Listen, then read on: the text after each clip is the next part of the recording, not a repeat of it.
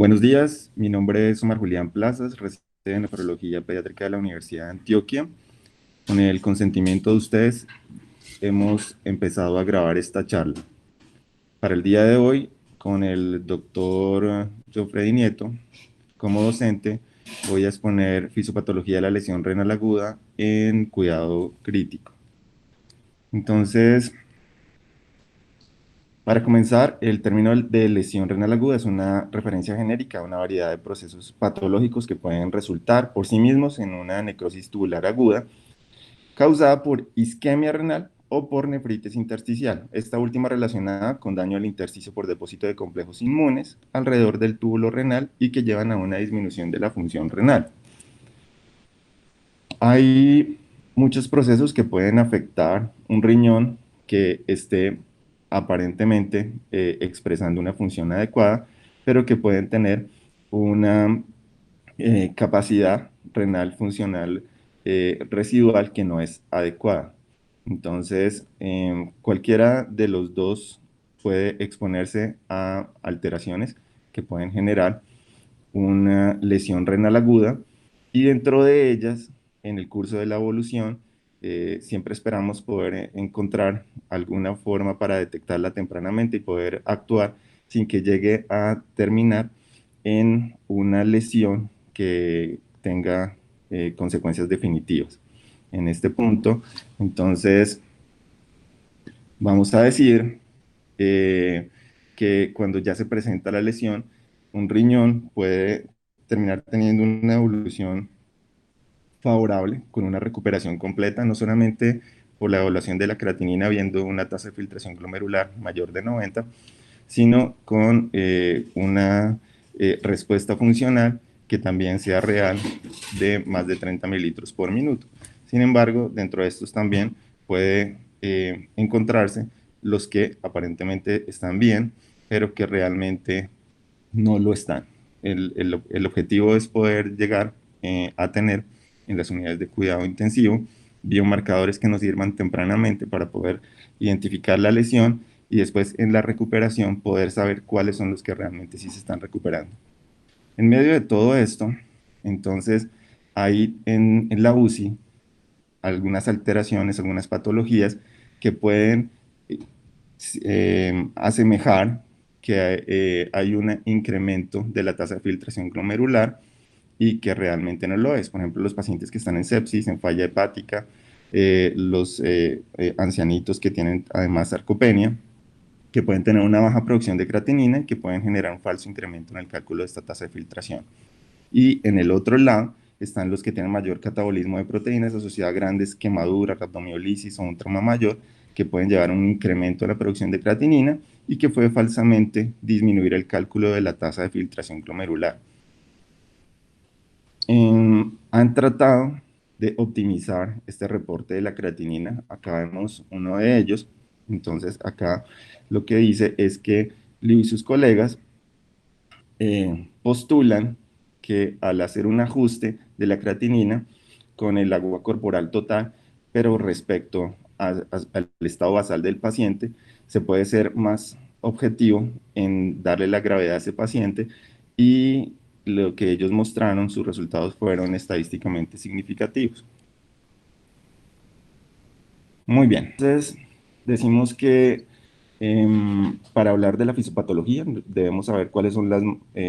mayores causas de lesión renal aguda en los pacientes que están críticamente enfermos. Entonces, básicamente dice que son sepsis, los posoperatorios de cirugías vasculares mayores, los que han tenido traumas, hemorragias, pancreatitis, los de síndromes cardiorrenales y que les contribuyen factores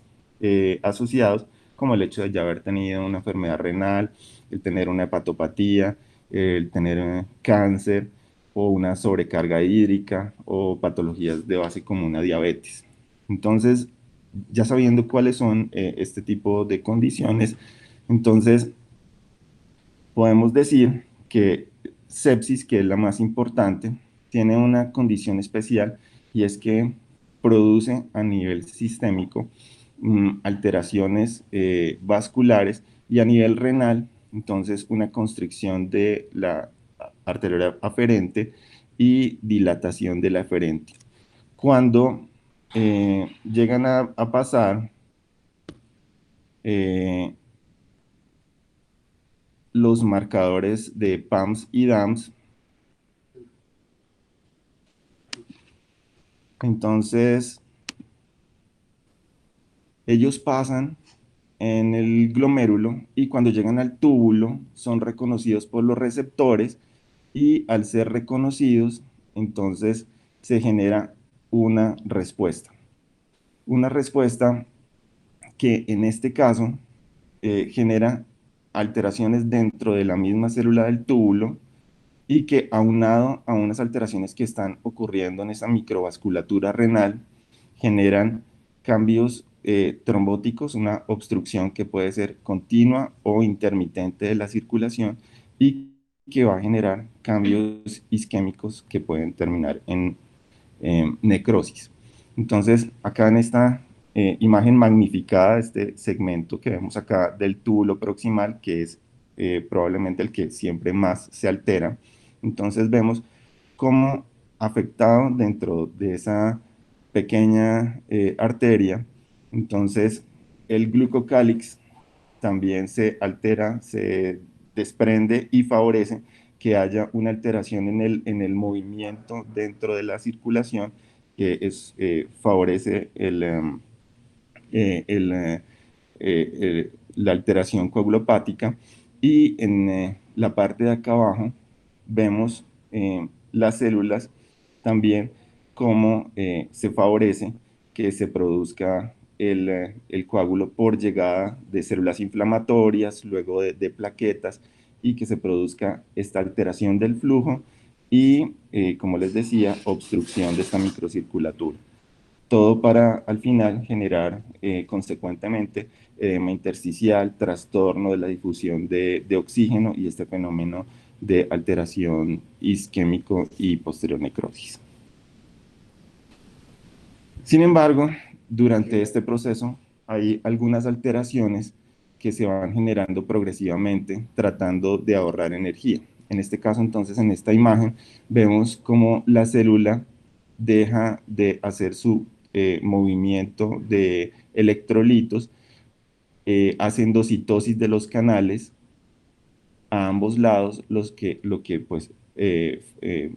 produce que haya una acumulación de solutos y a medida que se produce esto, hay algunas respuestas con algunos marcadores, como algunos que son relacionados con el factor de crecimiento similar a la insulina y que pueden también utilizarse como marcadores predictores de este proceso cuando se está generando. Al final, es una célula que tiene que optimizar su producción de ATP de energía y lo que más se dice es que si la célula puede optimizarlo por el lado de la fosforilación oxidativa y sería el mejor proceso para que la célula pudiera sobrevivir durante mayor tiempo y pudiera adaptarse asociado a una pequeña proporción en glicólisis aeróbica. Sin embargo, las células que terminan teniendo un proceso anaeróbico son las que más rápido mueren y es el riñón que menos se puede adaptar. En esta gráfica vemos toda la magnitud de lo que acabamos de hablar. Entonces, hay eh, estos marcadores de daño y generan la activación de todos los procesos de inflamación, hipoxia, la disfunción mitocondrial que estábamos viendo en las diapositivas anteriores, eh, activación por los radicales libres, este estrés oxidativo produce apoptosis. La célula entonces, como vemos en la diapositiva anterior, entra como en un estado de hibernación, además de que no está produciendo sus funciones, aumento del óxido nítrico, de secreción de citoquinas, prostaciclinas, hay una disfunción endotelial, como también vimos previamente. Esto puede llegar a terminar en coagulación intravascular diseminada, pero pues en el caso particular de la microcirculatura y de nuestro riñón, en una lesión isquémica. por una disminución de la oxigenación de estos tejidos.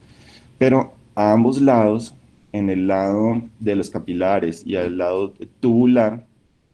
se puede perpetuar esta alteración por una lesión que se favorece en el tiempo. Entonces, por esta, se puede terminar en necrosis intersticial, eh, por el lado circulatorio, como decíamos, entonces una disfunción de la microvasculatura, hay una respuesta que trata de hacer vasodilatación para compensar, al final hipotensión, hipoxia, las micropartículas coagulantes proinflamatorias que refuerzan todo este proceso que se está generando y que al final, si lo podemos encontrar tempranamente, podríamos tal vez ofrecer alguna ayuda a este riñón que está sufriendo en ese momento por un fenómeno isquémico. La sepsis y la lesión renal aguda, como decíamos, se convierten en un círculo ambas vicioso de daño por disfunción de la microvasculatura, alteración de la dinámica renal, inestabilidad hemodinámica, lesión de otros órganos que aumenta más la lesión que ya se está presentando en el riñón, con esta acidemia urémica, con acumulación de sobrecarga hídrica, con disminución de factores de inmunidad, con mayor susceptibilidad a la infección en el órgano y pues posteriormente tenerse que estar abocado a una terapia de reemplazo renal. Entonces, si, como decíamos desde el comienzo, poder identificar tempranamente con unos biomarcadores que nos puedan ayudar a identificar este comienzo donde puede estar ocurriendo una lesión asociada al comienzo de la sepsis o la sepsis que puede estar desencadenando la lesión renal aguda.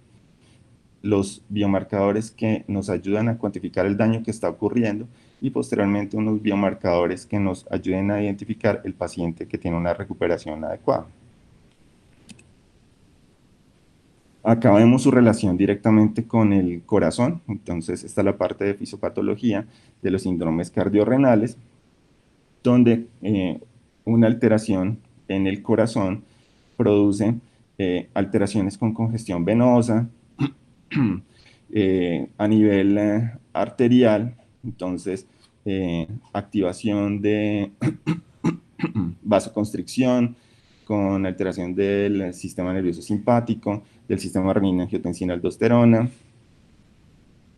vasopresina, endotelina, todo que afecta ese lecho vascular, la microvasculatura, por el lado de la congestión venosa, aumento de estos factores relajantes, alteración en los factores relajantes, en las prostaglandinas, el sistema quinina-calicreína, y una inefectividad entonces a nivel de todos estos. Por el lado arterial, una vasoconstricción que se va a generar en el riñón. Por el lado venoso, un incremento de la presión venosa que produce disminución de la presión de perfusión, lesión renal aguda,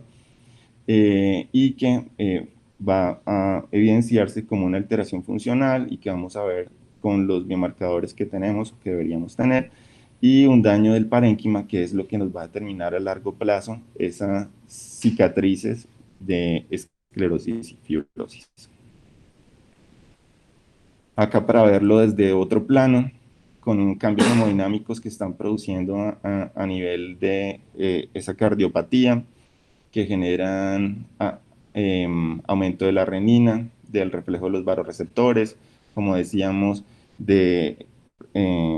activación de este sistema de renina-angiotensina-aldosterona, con efectos sistémicos y renales directos, la alteración simpática, que veíamos que es aunado a toda esta alteración, liberación de catecolaminas, estimulación paranarticular de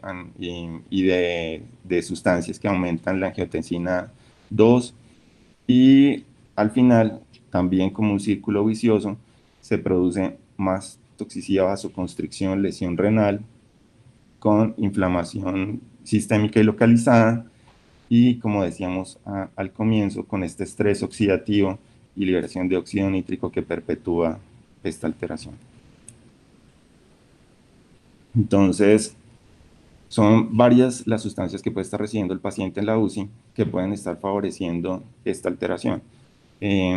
A nivel de diuréticos, que es muy común, entonces favoreciendo la hipovolemia, forzando diuresis, a nivel de los VAPTANs, de los bloqueadores de receptores de aldosterona, disminuyendo la reabsorción de sodio, produciendo hipercalemia, poliuria, los IECAS, los ARAP, produciendo alteración de la tasa de filtración, por medio también de los medios de contraste, con ese estrés oxidativo y la vasoconstricción, los antibióticos por el daño tóxico, los medicamentos de quimioterapia con precipitación de uratos, daño intersticial, y en algunos que están recibiendo metformina con acidosis láctica y el daño intersticial. Entonces, hay varios tipos de medicamentos que pueden generar esta alteración y hay algunos factores que se aunan como de riesgo nefrotóxico. Entonces, los que pueden generar una alteración prerrenal como influenciada por los diuréticos, por los vasodilatadores antihipertensivos, por los AINES, por los IECAS, los que generan una lesión renal directa, como la anfotericina, o algunos antibióticos, también los AINES, el omeprazol, o los que influyen una falla postrenal, en este caso el ejemplo que estamos mostrando acá, con el aciclovir, el metotrexate, las sulfonamidas y los anticolinérgicos, pero todos favorecidos en cada uno por el riesgo que tienen de nefrotoxicidad, por ejemplo en el caso de los diuréticos. Entonces lo que estábamos mostrando previamente, una alteración en este ritmo de diuresis y de volumen extracelular. En el caso de los antihipertensivos, una resistencia vascular sistémica disminuida en estos que son vasodilatadores, y en los AINES un incremento de la resistencia vascular renal, los IECAS, entonces disminución de la presión transcapilar, los de falla renal, que mostrábamos estos ejemplos con la fotericina y algunos medios de contraste, una necrosis tubular aguda, antibióticos como la vancomicina, una nefritis intersticial aguda, eh, el litio, por ejemplo, favoreciendo glomerulonefritis aguda, y, como decíamos, el aciclovir, precipitación tubular, y en el caso de anticolinérgicos, obstrucción de la vejiga. Entonces, para cada paciente en sus condiciones hay algunas diferencias farmacocinéticas que generan la predisposición a la alteración. Entonces, hay alteraciones que son por biodisponibilidad, que puede estar disminuida o incrementada, por ejemplo, cuando hay condiciones como atrofia intestinal, dismotilidad, cuando hay una función de transporte disminuida o hay un metabolismo hepático intestinal disminuido. En el caso de trastornos por alteración del volumen de distribución, ya sea por aumento o por... Entonces, un espacio líquido extracelular, una concentración proteica disminuida, una permeabilidad tisular alterada o unos disturbios del microambiente, del el pH que tiene este microambiente. Sobre el metabolismo directo de los medicamentos, si hay una alteración de la citocromo P450 o una alteración del transporte celular del medicamento directo, o ya sea también una alteración de la eliminación con una reducción de la tasa de filtración glomerular o una secreción que se esté dando del medicamento a nivel tubular proximal que esté disminuido. Los factores de riesgo de cada paciente son crónicos o factores agudos. Los factores de riesgo son, por ejemplo, las personas que son mayores, los que tienen una enfermedad renal crónica, los que son diabéticos, los que tienen cáncer, los que tienen enfermedades cardiovasculares o hepáticas o enfermedades pulmonares crónicas o son hipertensos o que tienen una enfermedad vascular periférica. Y los factores agudos, que son en ese momento estar cursando, como nuestro ejemplo inicial, de sepsis, una disminución del volumen efectivo, una falla cardíaca descompensada aguda, hipotensión, estar expuesto a una cirugía compleja mayor, o haber recibido un trauma, o estar bajo ventilación mecánica. Estos son factores que favorecen que se presente la lesión renal aguda en el paciente en una unidad de cuidado intensivo. Y las formas comunes en que se produce una lesión mediada por medicamentos, entonces aquí vemos que hay unos que generan una alteración hemodinámica, como los AINES, los bloqueadores del sistema renina-angiotensina-aldosterona, los inhibidores de la calcineurina, algunos vasopresores, otros que producen un efecto sobre necrosis tubular aguda, como los medios de contraste, o algunos que son antibióticos neprotóxicos, en nefropatías osmóticas, como en inmunoglobulinas, y otros que producen directamente nefropatías por cristales, y en este caso muestran mucho algunos antivirales o la ciprofloxacina. Otros que producen nefritis intersticial aguda, algunos que son antibióticos del tipo de betalactámicos o quinolonas, o los medicamentos inhibidores de la bomba de protones, o los anti-H2 o algunos anticonvulsivantes. Sabiendo que tienen mecanismos de afectación distinta, entonces empezamos hablando de los AINES, donde ellos inhiben la ciclooxigenasa. En el mecanismo normal habría una síntesis de prostaglandinas que sería responsable de una dilatación de la vasculatura, un aumento de la perfusión renal y una disminución de la resistencia vascular renal. Pero cuando está bloqueado, inhibido, entonces se produce una disminución de la perfusión renal total con desviación del flujo medular. Por eso hablan del shunt en la corteza renal, con disminución de la tasa de filtración glomerular, retención de agua y de sodio, que terminan en un fenómeno de isquemia medular, una vasoconstricción renal, que se manifiesta en este paciente que tenemos en la unidad de cuidado intensivo con la afectación, o si evoluciona en el tiempo con una alteración crónica que puede terminar hasta en una enfermedad renal crónica. Aquí vemos el ejemplo del cisplatino, y entonces aquí vemos cómo afecta el estrés oxidativo, cómo a nivel del núcleo se estimula la parte génica, el BNN1, que favorecería a nivel de este receptor que se pueda utilizar la cisteamina, se puede absorber, em, em, interiorizar, y esta se transforma en cistamina, que es fundamental en los procesos de control de radicales libres y de estrés oxidativo, pero cuando se sobrecarga todos estos sistemas que controlan, al final va a terminar en mayor lesión, lesión mitocondrial y muerte celular. Esta es otra forma como podría ocurrir en el bloqueo también del cisplatino con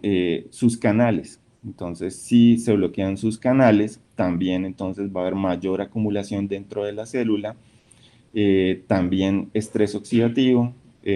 aumento del factor de necrosis tumoral, al final también lesión mitocondrial y la muerte de la célula. Entonces,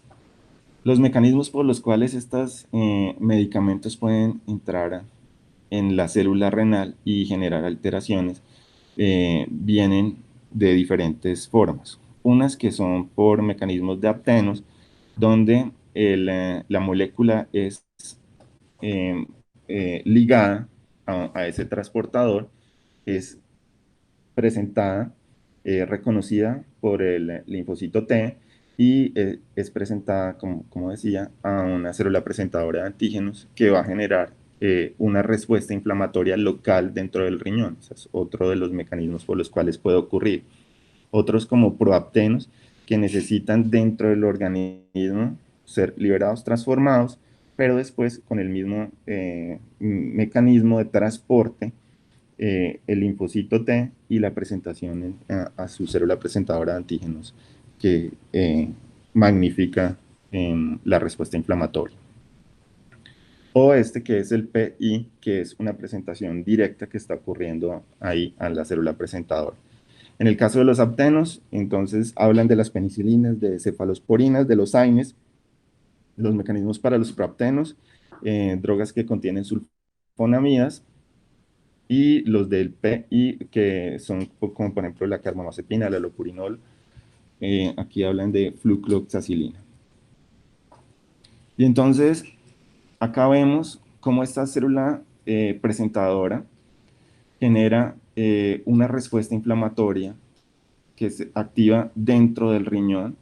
que se perpetúa con señales con la célula T, que genera un daño directo intersticial porque estos neutrófilos llegan y producen un daño localizado, y que si no se controla va a producir una lesión crónica que va a terminar en una lesión fibrosa. En este caso, con proinflamatorios, con moléculas citotóxicas, quimoatrayentes y vasoactivos que están trabajando de por medio en esta cascada inflamatoria. Y ya posteriormente, como decíamos en la parte de fibrosis, los factores que son profibróticos que mantienen esta lesión que está en curso. Y entonces, una de las posiciones que ellos postulan es que algunas estructuras de estas moléculas favorecen que sean reconocidas y que se genere una respuesta contra ellos. En el caso de la sulfonamida, que está marcado acá con 1, que hace relación al mecanismo de apteno, dentro de estas también están los diuréticos, y lo que dicen es que es el mecanismo por el cual se reconoce y se genera después esta reacción inflamatoria. En el caso de los AINES, entonces está marcado con el mecanismo 3, PI, entonces aquí está estructuralmente qué podría ser lo que genera esta respuesta. En el caso de algunos anticonvulsivantes, una respuesta 2 que es proapteno, entonces aquí muestran estructuralmente cuál sería. En el caso de los betalactámicos en su anillo, entonces muestran que es una respuesta mediada por apteno. Y en el caso del omeprazol, entonces es una respuesta 3, PI, que es una respuesta directa. Entonces tenemos aquí, por ejemplo, el mecanismo de los aminoglicósidos, donde son encontrados el receptor megalina-cubulina, es interiorizado, pero al ser interiorizado es acumulado lisosomalmente. Esto llega a un punto donde hay una ruptura, una alteración intracelular con alteración mitocondrial que al final termina produciendo la muerte de esta célula. Y acá vemos el ejemplo de algunos antivirales. En este caso la imagen es de Indinavir, que es un antiviral, donde vemos esta acumulación de cristales que genera obstrucción y todo el proceso de isquemia necrosis que vimos previamente. Al final, entonces, pues lo que nos dicen es tener en cuenta siempre cómo se calculó la dosis inicial, porque se debió haber tenido en cuenta el medicamento en este paciente crítico, si el medicamento era hidrosoluble o soluble en lípidos, si tenía un mecanismo de unión a proteínas y el paciente tal vez es hipoproteinémico y no puede llevar ese medicamento como debe ser. Eh, y por el otro lado, ¿cómo vamos a hacer el mantenimiento de la dosis? ¿Cómo se calculó? ¿Sí? Si era un medicamento con metabolismo primario hepático o si se tuvo en cuenta si la excreción era renal o hepática, y sobre eso, pues cómo se calculó la dosis, que es súper importante previendo la lesión renal aguda. Acá vemos otro de las grandes causas de alteraciones renales en la unidad de cuidados intensivos, que son los mecanismos por aumento de la presión intraabdominal. En este caso, el ejemplo es de un síndrome compartimental. Un síndrome compartimental que empieza teniendo alteraciones directas eh, eh, en el abdomen, pero que posteriormente va a tener alteraciones toracoabdominales a nivel de también aumento de de presión a nivel del sistema nervioso central. Entonces, una alteración localizada que genera alteraciones intraabdominales, hepáticas, que genera alteraciones gastrointestinales, renales y que progresan el tiempo. Y para nuestro caso del riñón, que se manifiesta con una disminución del flujo renal sanguíneo, con una disminución del gasto urinario y por ende una disminución de la tasa de filtración glomerular. Claramente aquí ellos ponen como unos parámetros donde dicen que se genera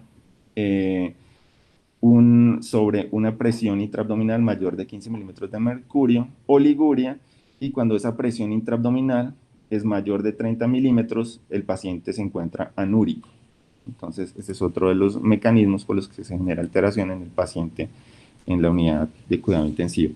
Eso era lo que tenía para contarles para el día de hoy. Muchísimas gracias. Bueno, muy bien, muchas gracias. Entonces tenemos que, para concluir, que en cuidado intensivo hay muchas cosas que llevan a lesión renal aguda. Y el daño de cualquiera de estos órganos, principalmente cardíaco, pulmonar, neurológico, hepático, nos pueden llevar a una disfunción renal. Y la disfunción renal, a su vez, nos perpetúa el daño de cualquiera de estos órganos. Y por cada órgano que sume de disfunción en la unidad de cuidados intensivos, tengo una mayor mortalidad. Aún así, el órgano que está implicado sea el riñón y aún así le esté haciendo terapia de reemplazo renal. Es decir, la morbimortalidad es mayor a medida que sumo órganos en la unidad de cuidados intensivos. Y si el compromiso es renal, así le haga diálisis o cualquier otra terapia al paciente, la mortalidad es mayor. Por otro lado, este término de necrosis tubular aguda, pues realmente en cuidado intensivo se ve con frecuencia y es la causa principal por la cual los pacientes se deben llevar a terapias de reemplazo renal. El término se está intentando cambiar, pero ha sido imposible porque pues, se lleva más de 50 años hablando de este término. Realmente lo que hay es un daño tubular aguda, casi necrosis no hay, pero pues obviamente generalmente se empieza desde una fase prerrenal, una iniciación que aquí pudiera ser reversible, pero cuando ya estamos en una fase de extensión y daño tubular con desprendimiento de esas células a la luz tubular, pues obviamente ahí sí ya estamos casi en una fase irreversible y hay que esperar que el paciente se recupere de sus túbulos, lo cual puede tardar en algunos casos, la mayoría de las veces, 2 a 4 semanas, pero incluso se puede ir hasta 3 meses en esta fase que ya es de recuperación y de reparación de los túbulos, pero siempre cuando ocurre esto va a quedar alguna secuela, así sea mínima, porque se recuperan los túbulos pero no 100%. Sin embargo, pues, como lo mencionó Omar Julián, pensábamos antes que el término lesión tubular aguda o necrosis tubular aguda era lo más frecuente en los pacientes sépticos, pero como lo vamos a ver en el seminario de sepsis, cuando se hace histología del riñón, en el caso de lesión renal aguda en sepsis, muchas veces no se encuentra daño tubular agudo como uno esperaría.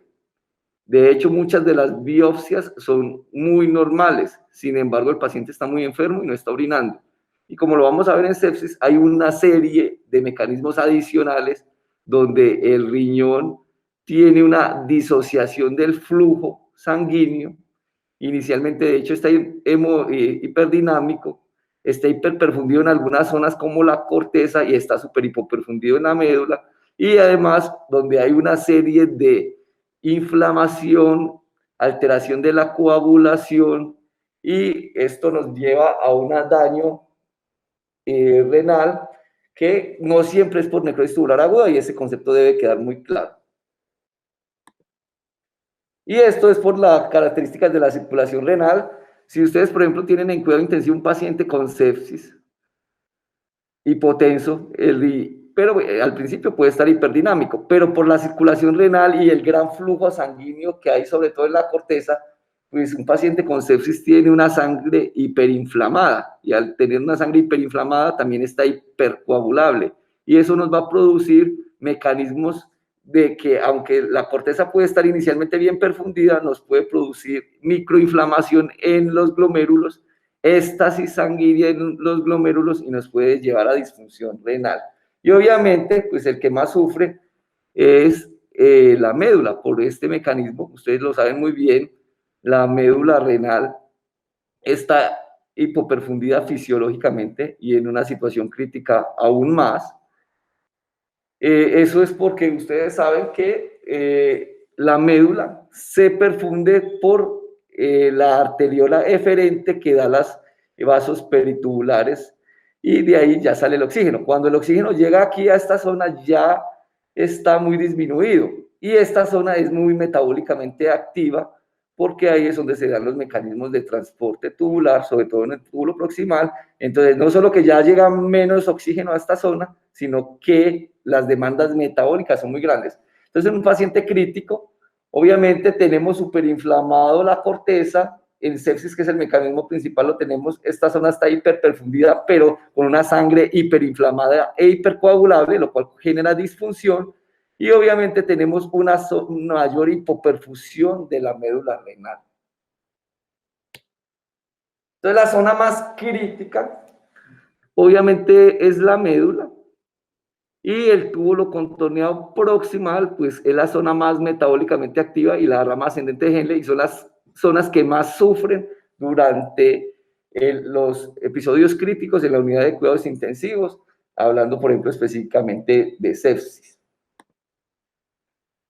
Y por estos mecanismos, obviamente, de la autorregulación renal, en un paciente crítico, generalmente se pierde la autorregulación renal, y al perderse la autorregulación renal, pues vamos a perpetuar el proceso.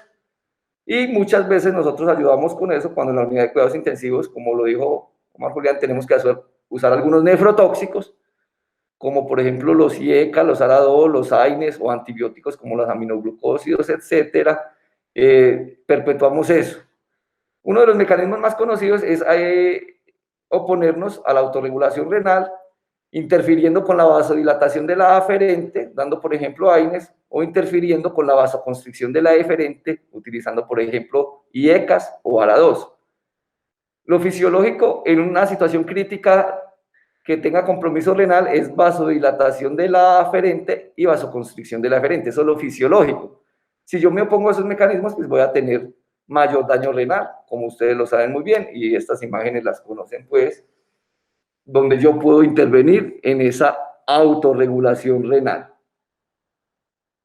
Y como les mencionaba aquí en esto, en un paciente, los múltiples mecanismos que pueden ocurrir en un paciente que tiene una situación crítica en cuidado intensivo, principalmente sepsis, ya está en una fase un poco más avanzada, inicialmente la corteza está hiperperfundida, pero después viene un mecanismo, cuando se perpetúa la sepsis y hay hipoperfusión renal, pues hay un mecanismo de vasoconstricción aferente,